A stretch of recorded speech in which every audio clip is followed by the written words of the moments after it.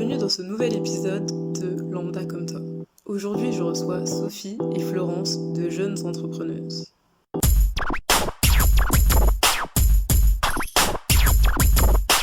Salut les filles, présentez-vous. Bonjour, moi je m'appelle Sophie Capera, je suis directrice de l'agence Léontine, qui est une agence marketing spécialisée dans les professionnels libéraux, donc avocats, experts comptables, notaires et professionnels du soin. Voilà. Moi, c'est Florence Yollet. Je suis la fondatrice du site Mon Coach en Nutrition, qui aide en fait les femmes à perdre du poids de manière assez spectaculaire, pour leur redonner confiance en elles, pour qu'elles aient confiance de nouveau en leur image. Et that's it. Très bien. Et du coup, qu'est-ce qui vous a donné envie de créer votre entreprise? Moi, c'est partie des choses auxquelles je pense depuis longtemps. J'ai fait une école de commerce, donc c'est partie des choses qui me trottaient dans la tête depuis jeune. Mais je ne pensais pas du tout que ça arriverait aussi tôt. Et en fait, il se trouve que j'ai quitté mon emploi en 2019. Et en fait, ça s'est fait un peu par différentes opportunités. J'ai fait le site internet d'une amie pour lui rendre service qui était avocate. Et voilà, je pensais que ce serait juste un projet ponctuel. Et en fait, au final, elle m'a rappelé parce qu'elle avait des demandes de personnes qui avaient vu son site, qui souhaitaient faire appel à moi. Et donc, voilà, là, j'étais chômeuse à ce moment-là. J'ai pu bénéficier d'une aide de l'État. Et donc, tout était quand même vraiment facilité pour essayer de lancer un projet. Donc, voilà, c'est ce que j'ai essayé de faire. Et là, ça commence à fonctionner. Donc, voilà, ce qui m'a donné envie, c'était vraiment les opportunités alignées, vraiment. Oh, trop cool. Et toi, du coup, Florence? Alors, moi, j'ai toujours eu envie d'entreprendre. Bon, après, il y a entreprendre et être porteur de projet. C'est quand même deux choses différentes. D'accord. Donc, tu as toujours plein de projets dans la tête. J'ai essayé pas mal de choses dans le domaine de l'esthétique, on va dire. Et mon coach en nutrition, ça vient tout simplement d'une douleur, parce que j'ai perdu ma maman qui a toujours lutté avec son poids. Et ça en est venu à sa perte. Donc, à partir de là, j'ai cherché la corrélation entre la santé et le surpoids, voire l'obésité, et on peut aller même jusqu'à l'obésité morbide. Et effectivement, tout est corrélé. Dès qu'on se rend compte que tout ce qu'on ingère, bien évidemment, a une incidence sur son organisme, eh bien évidemment, on fait tout pour pas tomber, on va dire, du côté sombre, j'ai envie de dire. Et voilà, c'est vraiment parti d'une douleur et d'une envie d'aider les femmes à, comment dire, comme je disais tout à l'heure, reprendre confiance en elles, mais aussi, moi, mon credo, en tout cas, tout ce que je prône, c'est la santé. C'est pas forcément l'aspect esthétique, même si beaucoup de femmes viennent pour ça. Mais en premier D'accord. lieu, je leur demande leur leitmotiv. Et si c'est pas la santé, c'est juste l'esthétique, on travaille pas ensemble. Ah, d'accord, ok. Donc tu sélectionnes tes clients. Oui, je m'octroie le droit de sélectionner. C'est bien. D'accord. Ok. Et du coup, est-ce que vous avez été soutenue ou est-ce qu'il y a des gens qui ont essayé de vous décourager ou vous-même, est-ce que vous avez douté? Alors moi, des doutes, beaucoup, parce que du coup, comme tout s'est fait un peu de façon opportuniste, je n'étais pas vraiment préparée en fait à ce projet-là. Donc vraiment, la première année, ça a été pour moi une année de test. Au départ, je voulais monter une agence de communication. Je ne savais pas trop si ce serait chez les professionnels libéraux, les avocats. Je n'avais pas vraiment identifié pour qui travailler. En fait, de fil en aiguille, j'ai développé une expertise sur ces sujets-là parce que j'ai eu beaucoup de clientes avocates et des cabinets d'expertise comptable. Mais après, tous les choix qui ont été faits en fait sans être. Enfin, c'est pas un projet qui était pensé en amont. Et donc oui, beaucoup de doutes parce que dans les décisions, on se retrouve très seul. C'était pas le cas avant dans mes différents métiers. J'avais toujours soit un directeur marketing, soit un directeur d'agence. Donc c'est vrai que il y a toujours quelqu'un pour valider que l'idée elle est bonne, que potentiellement ça peut aller quelque part. Et là, on se retrouve vraiment seul. Donc il y a toujours des gens autour de soi évidemment pour parler, mais qui sont pas aussi impliqués dans le projet. Donc des doutes beaucoup, moi personnellement. Après aussi beaucoup de soutien. Déjà, du soutien de l'État, là, avec ces aides que j'ai eues de Pôle emploi, de l'ACRE, en fait, qui aide à la création d'entreprises. Soutien aussi beaucoup de ma famille, parce que je leur ai demandé de venir me réinstaller chez eux, chez mes parents. Ils ont accepté, ils ont cru en mon projet. Et là, je suis encore chez eux et j'espère voilà, bientôt partir et les laisser tranquilles. Mais non, vraiment beaucoup de soutien. Après, beaucoup d'inquiétude aussi de la part de je pense que, voilà, tout le monde doit connaître ça, mais l'environnement est un peu inquiet. On peut parfois moi, j'ai parfois pris ça pour, un manque de soutien. C'est vraiment pas le cas, je pense. En tout cas, aujourd'hui, je le sais. Mais évidemment, c'est inquiétant parce que c'est une voie qui est pas forcément, si sûre. Mais moi, j'ai eu beaucoup de chance, ouais, j'étais quand même vraiment, vraiment soutenue. Voilà. Génial. Et toi, Florence? Euh, alors, est-ce que j'ai été soutenue? Bon, déjà, je parlais pas de ce que je faisais. Je faisais beaucoup en secret, on va dire, pas par peur de ce que les gens diront ou diraient. Parlons au conditionnel, parlons au futur. Mais, mais plutôt parce que je voulais faire ma petite tambouille dans mon coin, en fait. Et D'accord. lorsque j'allais faire ma première vente, comme tout le monde, comme tout entrepreneur, tu cries sur tous les toits, ouais, j'ai fait une vente, ça y est, c'est bon, j'y suis, genre, ça y est, I'm in. Genre, tu vois. Ouais. Donc non, j'en ai pas vraiment parlé. Après, quand on parle, tu as toujours les gens, bien évidemment, alors qui te donnent leurs conseils plus ou moins avisés. Voilà, D'accord. c'est ça. C'est plus, ils te donnent leur avis en fonction de leur expérience, dans ce qui n'a strictement aucun intérêt en tant qu'entrepreneur parce qu'ils ne le sont pas. Mais tu prends quand même l'avis, tu écoutes, tu analyses. Ce qui est bon, tu prends. Ce qui n'est pas bon, tu jettes. Et donc, est-ce que j'ai été soutenue? Pas vraiment, comme je disais, parce qu'en fait, j'en ai pas parlé. Est-ce que j'avais besoin de soutien par moment, Ok. comme Sophie? Ben oui, tu as des moments de doute. Clairement, tu as des moments de doute. Moi, je suis maman de 2 enfants, donc t'inquiète pas que les moments de doute, ils étaient bien là. H24 même, j'ai envie de te dire. Ok. Mais après, tu vois, tu passes au-dessus de ça parce que tu es la seule à avoir foi dans ton projet. Personne va le porter à ta place. Et c'est soit tu fonces ou soit tu te laisses paralyser par la peur et franchement, tu n'avances pas. Donc voilà, c'est ce que j'ai fait. Et de toute façon, après, à un moment donné, quand tu es entrepreneur, que tu le veuilles ou pas, Mhm. euh, si tu veux, tes amis deviennent des entrepreneurs. Qu'ils soient à ton niveau et qu'ils soient au niveau au-dessus, tes amis deviennent des entrepreneurs. En tout cas, moi, ça a été mon cas. D'accord. J'avais vite fait le ménage autour de moi. Oui, clairement, disons les choses telles qu'elles sont. J'avais fait le ménage. Ben oui, non, mais parce que quand ça vient avec des peurs, non, mais Florence, tu sais, je pense que tu devrais reprendre un travail, machin. Non, mais en fait, tu sais pas ce que je fais la nuit, parce que je travaillais beaucoup la nuit pour info. D'accord. Tu sais pas ce que je traverse et tu n'as pas idée du degré de détermination où j'en suis. Donc, c'est bien ce que tu me dis. Donc, à un moment donné, tu es obligé de t'entourer d'entrepreneurs parce qu'ils ont le même état d'esprit que toi et ils comprennent, en fait. Donc, en fait, voilà, c'est un peu ce qui s'est passé. D'accord. Donc maintenant, t'as que des amis entrepreneurs. Ceux qui ne sont pas entrepreneurs, ne venez pas me demander un avis. Genre, Carrément. non, je plaisante. Non, bien sûr que non. Après, tu as toujours un noyau dur. J'ai des amis, j'ai des amis que je connais depuis 35 ans. Tu me vois du jour au lendemain leur dire non, mais en fait, je suis entrepreneur maintenant. T'as compris? Salut.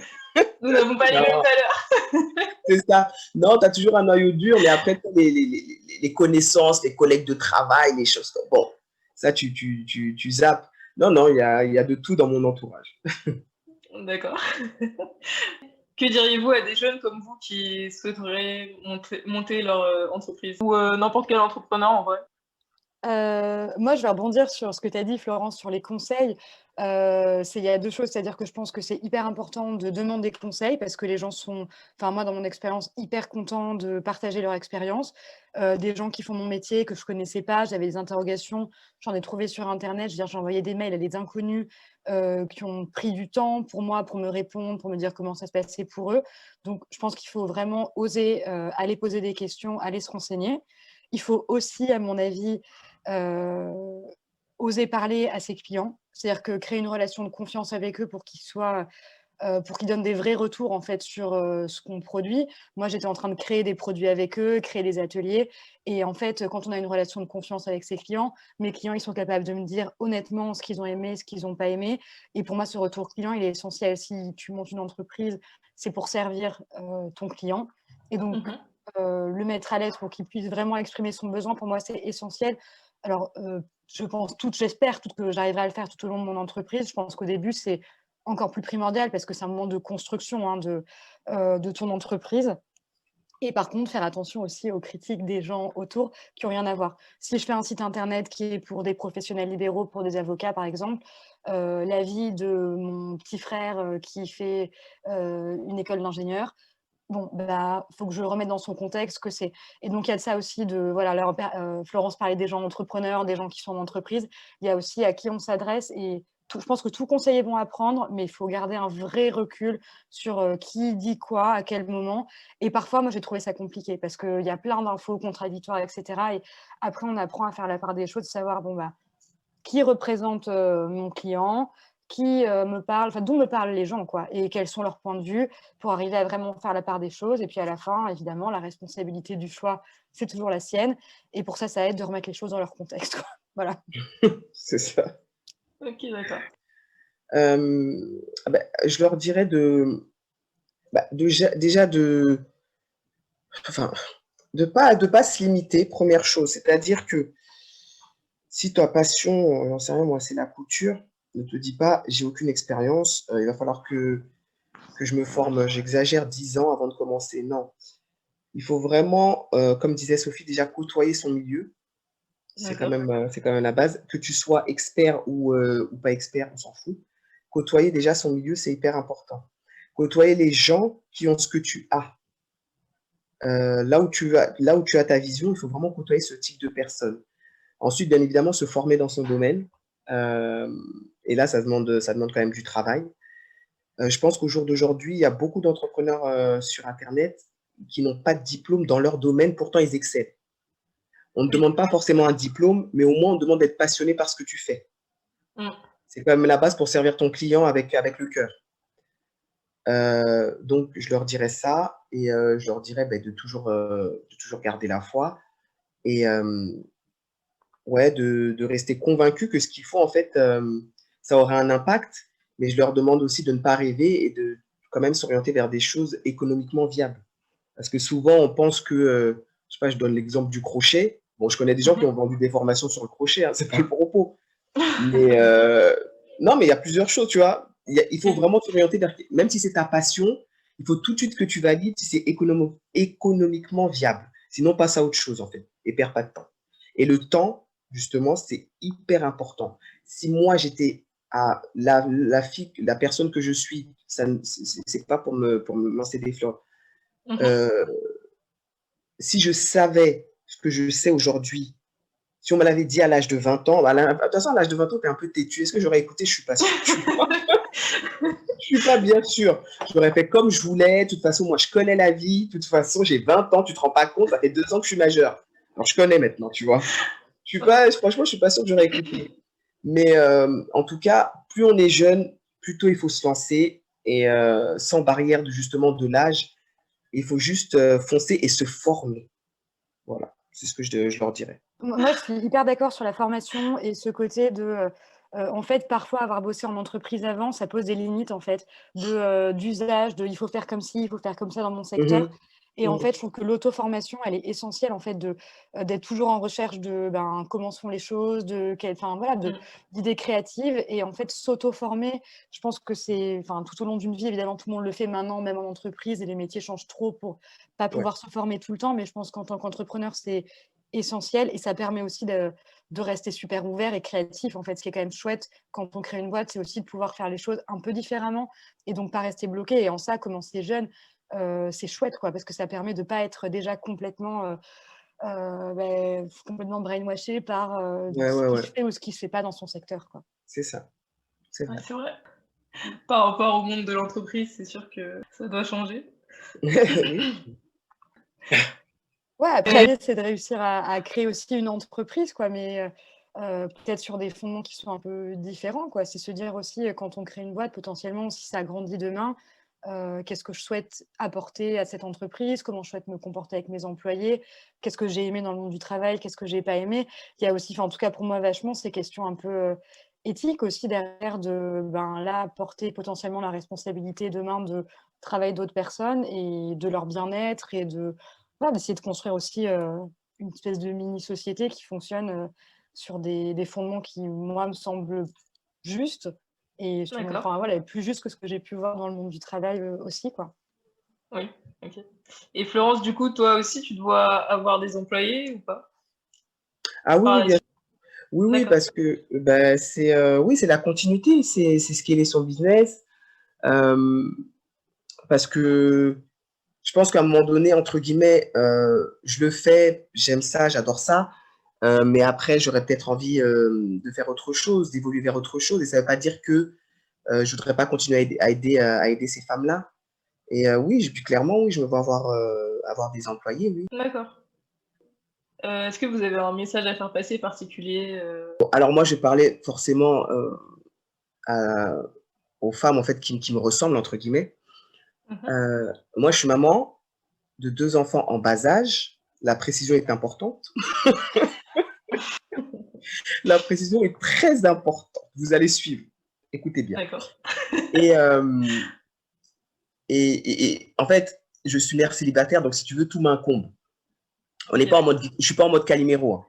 Mais tout ça pour dire que parfois, on se met des freins justement à cause des enfants en se disant, genre, je peux pas prendre ce genre de risque parce que je dois leur assurer un avenir. Mais en tant que mère célibataire, déjà, tu fais le rôle du père et de la mère. Et se limiter, c'est justement limite un peu, comme, je vais pas dire hypothéquer leur avenir, c'est pas ça. Mais il faut vraiment voir grand quand on est mère célibataire, quand on est une femme tout court, j'ai envie de dire même. Ouais. Euh, parce, que, euh, parce que tu restes l'exemple de tes enfants, tu restes le référent de tes enfants. C'est quand même pas mal de les inspirer, je pense. Je pense que c'est quand même une belle mission de vie d'inspirer ses enfants. Mhm. Et au-delà de ça, il faut que toi, en tant que personne, ça t'accomplit énormément. Et c'est là où je pense que les femmes, elles ont un peu peur, mais c'est tout le contraire. À partir du moment où tu arrives à t'accomplir professionnellement, tout en sachant que tu as un background quand même qui est assez chargé, j'ai envie de dire, eh ben, ça décuple, comment dire, ça décuple ta créativité, ça décuple ton mindset, et tout de suite, tu as une vision qui est beaucoup plus, comment dire, en fait, elle est limitée si tu veux ta vision. Parce que quand tu dis que déjà tu as fait ça, tu peux tout faire en fait, clairement. Et c'est ça que j'ai envie de dire aux mamans célibataires qui ont des enfants. Non pas que je vous accable d'avoir un travail et de faire vos 35 heures, c'est pas le propos. Mais essayez de voir un peu plus loin, voilà, juste pour vos enfants en fait, pour qu'ils puissent, comment dire, voir aussi que c'est possible, parce que je répète, enfin, les enfants, on est leurs référents, pour qu'ils voient que c'est possible, et aussi impacter le monde à votre façon, parce que je pense qu'on a tout ça, on a tout un truc de particulier, de spécial. Et c'est dommage que, parce qu'on se bloque souvent les femmes, déjà les femmes, on n'est pas assez présentes dans l'entrepreneuriat. Alors encore plus les mamans, j'en parle même pas. Les mamans célibataires, j'en parle encore moins. Tu vois, t'as l'impression que plus ça va, plus ça s'écrème. Tu vois. Ok. Et ça, c'est vraiment dommage. Il faut vraiment voilà, garder un pourquoi fort et pas hésiter à se lancer sans prendre de risques. Moi, j'ai pris des risques calculés. J'ai pas tout lâché du jour au lendemain. Bon, allez, c'est bon, je me lâche. J'y vais. Non. Je suis quand même assez réfléchi. Et commencez par des petites choses que vous auriez voulu faire et que vous n'avez peut-être pas voulu faire. Et commencez comme ça par parcimonie. Et après, au fur et à mesure, vous allez, comment dire, vous allez vous élever. Mais juste le message, en fait, pour clôturer ça, c'est vous mettez pas de barrière et ne prenez pas vos enfants pour des excuses. C'est tout le contraire. Je ne sais pas si j'ai répondu à la question, mais en tout cas. Si, t'as répondu. Okay. Écoute, bon, après ce message hyper fort, non, Non, c'était intense, c'était intense. je te jure. Euh, mais moi, je trouve que c'est très vrai de fait d'oser y aller et d'y aller par petits pas. Quand tu dis des risques calculés, ça, je trouve que pour le coup, c'est hyper. Je pense que tout le monde n'a pas envie ou besoin d'être entrepreneur, mais c'est vrai Ouais. que moi, j'ai trouvé une vraie libération aussi dans la gestion de mon temps, la gestion des gens avec lesquels je travaille, la façon dont je veux travailler. Et je pense vraiment aussi que ouais, que pour changer un peu le monde de l'entreprise, il faut aussi créer des entreprises voilà, qui nous ressemblent. Et c'est aussi en étant créateur d'entreprise qu'on peut, voilà, on peut changer les choses, j'espère. Pour l'instant, à une toute petite échelle, peut-être à une plus grosse échelle demain. Mais c'est ça, il y a les petit à petit. Et quitte à avoir voilà, un projet à côté qui commence à rapporter un peu d'argent et oser y aller. Et de fait, avec des risques calculés, je trouve que c'est le meilleur conseil, quoi. Vraiment. Ouais. Ok. Bah, je fais que redire ce que tu dis, tu vois, j'apporte beaucoup de, beaucoup de contenu. Mais on a très bien compris. On a très bien compris. Et Voilà. justement, par rapport à la question de l'argent, est-ce que vous avez galéré au début, justement, en montant votre entreprise et vous Euh, avez dit qu'il faut que ce soit économiquement viable, mais au début, ça doit être difficile, non? Je sais pas. ouais, alors moi, la galère va commencer maintenant, sûrement, parce que j'ai eu des aides de l'État pendant 1 an. Donc, j'ai touché mon D'accord. chômage l'équivalent de mon chômage pendant 1 an, et là, je l'ai plus. Ce qui a été hyper chouette pour moi, parce que là, j'ai pu quand même gagner de l'argent pendant 1 an, mettre des sous de côté. Et là, maintenant, je rentre dans le grand bain. Donc, pour moi, ça a été vraiment un critère déterminant pour lancer mon entreprise, justement, dans cette idée de risque calculé. Et là, maintenant, j'ai quelque chose qui fait que je sais que je vais pouvoir en vivre aujourd'hui en étant chez mes parents sans loyer. Et évidemment, j'ai des objectifs qui font que, voilà, financièrement, ça devrait commencer à aller mieux rapidement. Mais du coup, j'ai eu cette chance voilà, d'avoir ce soutien qui était pour moi la raison principale pour laquelle je me suis lancée. Ok. Ouais. Alors, est-ce que ça a été dur au début? Oui, parce que en fait, au début, t'es tout feu, tout flamme et t'es pas structuré en fait. T'es pas Ok, structuré, oui. tu veux tout faire. Tu te dis ouais, je vais prendre cette stratégie, ça va le faire. Je vais prendre ci, ça va le faire. Mais tant que t'es pas structuré, tu vas dans tous les sens. Et moi, du coup, alors je vais pas dire j'ai perdu beaucoup d'argent, mais j'ai quand même perdu un petit peu d'argent parce que j'étais Mhm. pas du tout structuré. C'est plus à ce niveau-là.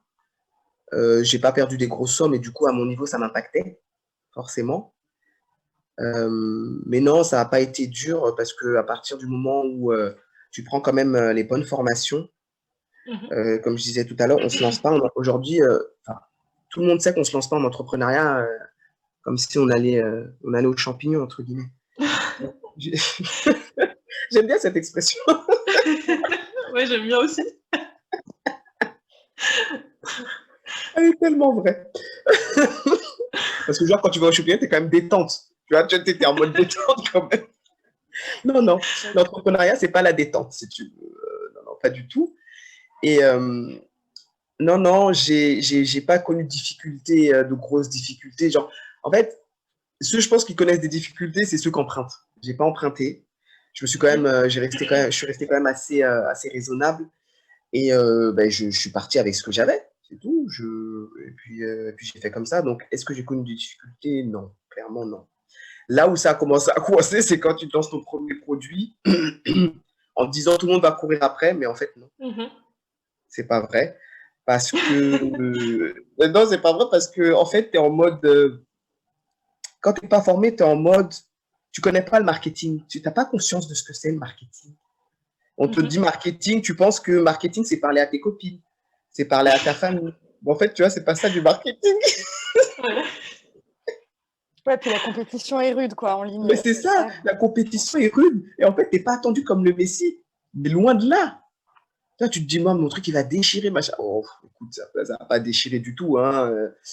Donc, euh, donc, non, non, clairement, ça n'a pas été dur, mais j'aurais pu éviter beaucoup, beaucoup de choses si je m'étais mieux formé. C'est tout. Ok. Et justement, comment vous avez développé vos premiers clients, Ouais. Moi, ça s'est fait beaucoup par bouche à oreille cette première année. Donc, c'était voilà, à l'origine un premier travail qui a plu, que mon ami a montré à d'autres personnes. Et en fait, comme ça, c'était un peu exponentiel. Et donc, ça veut dire que le travail est bien fait, que les clients sont satisfaits, que les gens qui voient le travail trouvent que c'est bien. Donc, c'est super, ça rassure vachement sur les capacités, en tout cas que moi et avec l'agence, j'étais capable quelle valeur j'étais capable d'apporter à mes clients. Mhm. Mais du coup, j'ai rien mis. C'était vraiment une année pour l'instant de test, avec rien d'automatisé en marketing, etc. Et là, aujourd'hui, je suis en grosse refonte du site internet avec une stratégie de com et de marketing qui va être quand même un peu plus agressive, en tout cas déjà Ok. existante par rapport à une stratégie qui n'existait pas. Et donc, avec envie de mettre en place pour moi ce que je mets en place pour mes clients, donc des systèmes qui font que quelque part, les clients arrivent, ou en tout cas, on a des prospects qui arrivent régulièrement via Internet, via de la publicité, via plein de choses. Et donc, voilà, là, ça va être, pour moi, c'est un peu l'étape de ce début d'année, c'est de lancer tout ça. et de devenir un cordonnier bien chaussé parce qu'une agence de com qui fait pas sa com, c'est un peu dommage et en même Oui, temps, cette première année, elle a été essentielle pour moi pour bien comprendre qui était mon marché, quels étaient les besoins. Donc, je regrette pas du tout d'avoir pris ce temps parce que je pense que les choses vont avoir du sens du coup cette année. Voilà. très bien. Ouais. Et toi, Florence? Alors, mes premiers clients, je les ai eus par recommandation, par le biais d'une amie qui a sa chaîne YouTube, donc qui a parlé de moi. Voilà, pas une D'accord. grosse communauté, mais en tout cas, elle a une communauté, comment dire, qui est fidèle. Donc, dès qu'elle a parlé de moi, effectivement, j'ai eu mes premières clientes à un prix que je pouvais faire à ce moment-là. D'accord. Donc, c'est comme ça que j'ai eu mes premières clientes. Et après, après, en fréquentant le domaine entrepreneurial, pardon, c'est comme ça que j'ai eu mes premiers clients entrepreneurs. Et forcément, les clients entrepreneurs, ben, ça se voit tout. Enfin, ils connaissent plus de monde, entre guillemets, dans le sens où ils ont une communauté aussi. Et après, c'est comme ça a fonctionné par recommandation, beaucoup par recommandation. Parce que oui, je suis comme Sophie, hein, j'ai commencé il n'y a pas longtemps, il y a moins de 6 mois. Et du coup, D'accord. c'est comme ça, les premiers clients, beaucoup de recommandations. Donc, à chaque fois que je finissais mes coachings, en fait, après, ben, c'était de la recommandation. Elle me disait, ben, une telle veut bien faire ci, une telle veut bien faire ton programme, tout ça, tout ça. Et ben, là, je commence à mettre en place vraiment le marketing. Pas parce que là, du coup, pas parce que je ne savais pas pourquoi c'était important. Ça, c'était pas le propos. Mais c'est plus parce que franchement, enfin, très clairement, je n'avais pas de temps. Et c'est très prenant. Donc, en fait, tu peux pas être partout. Limite, quand tu es chef d'entreprise, tu dois tout faire. Et c'est ce dont on parlait avec Sophie, je sais plus quand, d'ailleurs, la Mhm. semaine dernière. Mais en fait, tu es partout. Tu es partout. Et à un moment donné, tu es obligé de prioriser. Donc, j'ai priorisé mes clientes. Et là, du coup, j'ai cessé, entre guillemets, mes coachings qui sont terminés d'ailleurs. Et là, je m'oriente vraiment vers du marketing de masse. Ok, d'accord. Ouais. Et du coup, en tant que jeune entreprise, Oui. est-ce que le Covid il vous a impacté ou pas du tout? Ouais, alors moi au final plutôt positivement parce que étant une agence marketing digital, il y a beaucoup d'entreprises, de petites PME ou de cabinets, et cetera, qui ont été arrêtés, et qui ont bien pris conscience que c'était essentiel d'être en ligne, quoi. Donc moi ça a été plutôt positif, c'est-à-dire que des projets qui avaient un peu ralenti, là d'un coup, bah, ont avancé et ont été terminés beaucoup plus vite que prévu parce que les clients avaient du temps. J'ai fait rentrer des cabinets qui s'étaient rendus compte que, bah, en fait, ne pas avoir un site internet en 2020, bah, c'est pas possible et que, en fait, ne pas exister sur internet, particulièrement quand on est confiné, c'est quelque part ne pas exister. Donc non, moi ça a été plutôt positif et je pense que je fais partie des rares secteurs pour lesquels, ça a été positif et donc voilà, donc vraiment sur ça, je me plains pas, quoi. Trop bien. Ouais. Ouais, oui, clairement, c'est ça. Bon, moi, je travaille en ligne, donc si tu veux, j'ai pas été du tout impacté. Si j'avais, comment dire, si j'avais un cabinet, oui, oui, un cabinet, je pense que oui, j'aurais été clairement impacté, mais non, ça a été tout le contraire. Je me disais que les gens n'allaient pas, comment dire, n'allaient pas vouloir mettre de l'argent justement dans ça. Et Mhm. c'est tout le contraire qui s'est passé. J'ai toujours des demandes. Et à partir du moment où, sauf comme Sophie disait, à partir du moment où tu as une présence en ligne, tu existes partout dans le monde. Donc bon, ça a pas du tout impacté. Ok. Et du coup, ça se passe comment une séance de coaching, enfin un coaching avec toi? Oui. Mais non, non, non, j'étais pas sûr. Comment ça se passe? Ben, déjà, je suis assez présente parce que je leur demande beaucoup au début. D'accord. Je leur demande quasiment alors, de changer leur alimentation, c'est un fait. Pas Mhm. d'être frustré, mais de changer d'alimentation et d'être toujours à satiété. Première chose. Donc, déjà, elles sont challengées déjà au niveau de psychologiquement. Après, je leur demande de faire, comme je dis quotidiennement, je suis là avec elles, donc je vérifie si elles font bien, entre guillemets, les exercices. Quand je dis je vérifie quand même, parce que moi, mon but, à un moment donné, si je fais un coaching, il y ait des résultats. Mhm. Et ben, je les suis comme ça. Je fais des coachings qui durent de 3 à 6 mois. Et le but, au début, je suis vraiment limite tout le temps avec elles parce que j'ai vraiment envie qu'elles instaurent de bonnes habitudes, que ce soit pour leur état d'esprit, que ce soit pour l'alimentation, que ce soit pour le sport. Donc, c'est très challengeant et c'est pour ça que je suis hyper présente. Et après, que je commence à les lâcher tout doucement parce que le but, c'est pas qu'elles soient accrochées à moi, c'est qu'elles soient après en autonomie. Donc, c'est comme ça que je fonctionne. C'est très fusionnel au début et après, je me détache tout doucement. Tous les jours au départ, c'est impressionnant. Hein. Tu les as quasiment tous les jours au téléphone. Ouais, enfin, pas forcément au téléphone, tu sais, mais je leur fais, on communique par notre vocal WhatsApp. Ouais. Comme ça, je sais comment elles sont, si elles sont pas bien, si elles sont bien, pas bien, si elles ont pu faire, pas faire. Après, on réajuste tout de suite dès le début parce que si on commence à prendre de mauvaises habitudes, aucun intérêt de faire un coaching, si tu veux. Ah, c'est ouf. Ouais, c'est un suivi de dingue. Hein. Ouais, c'est très prenant quand même. D'accord. Et tu as déjà arrêté des coachings ou pas? Écoute, je me tâte en ce moment parce qu'il y a une jeune fille qui ne m'écoute pas. C'est vrai? Non, j'ai pas arrêté des coachings.